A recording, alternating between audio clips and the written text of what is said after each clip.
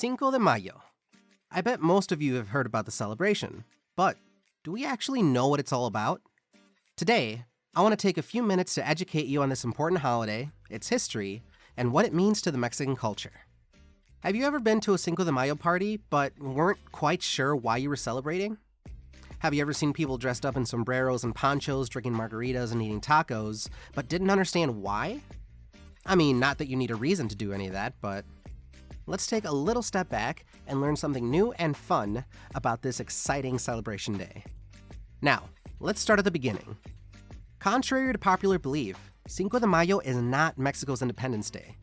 It's actually a celebration of the Mexican Army's victory over French forces at the Battle of Puebla on May 5, 1862.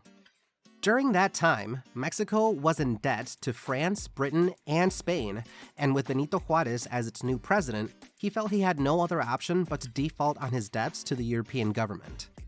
So, the three nations decided to pay Mexico a visit to collect their debt and sent naval ships to land in Veracruz to collect.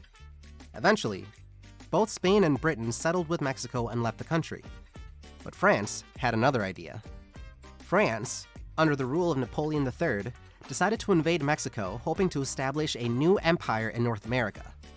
The French army was much larger and better equipped than the Mexican army, and they quickly overpowered them in Veracruz, causing them to retreat further up north.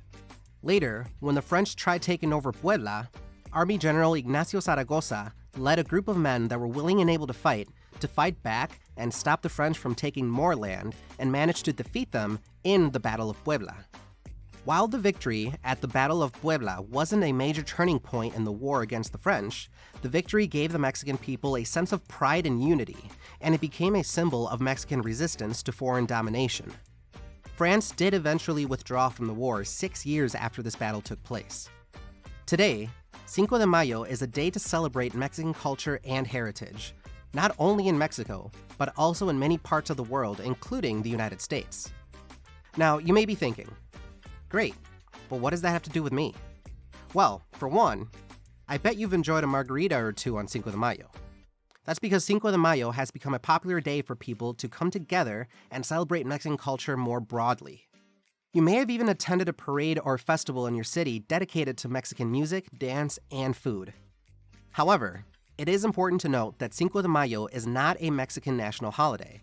It's celebrated mostly in the United States and in the state of Puebla, Mexico, where the battle took place. And keep in mind, this celebration is not just tacos and tequila. Cinco de Mayo is a prime opportunity to educate ourselves on the rich history and diverse traditions of Mexico.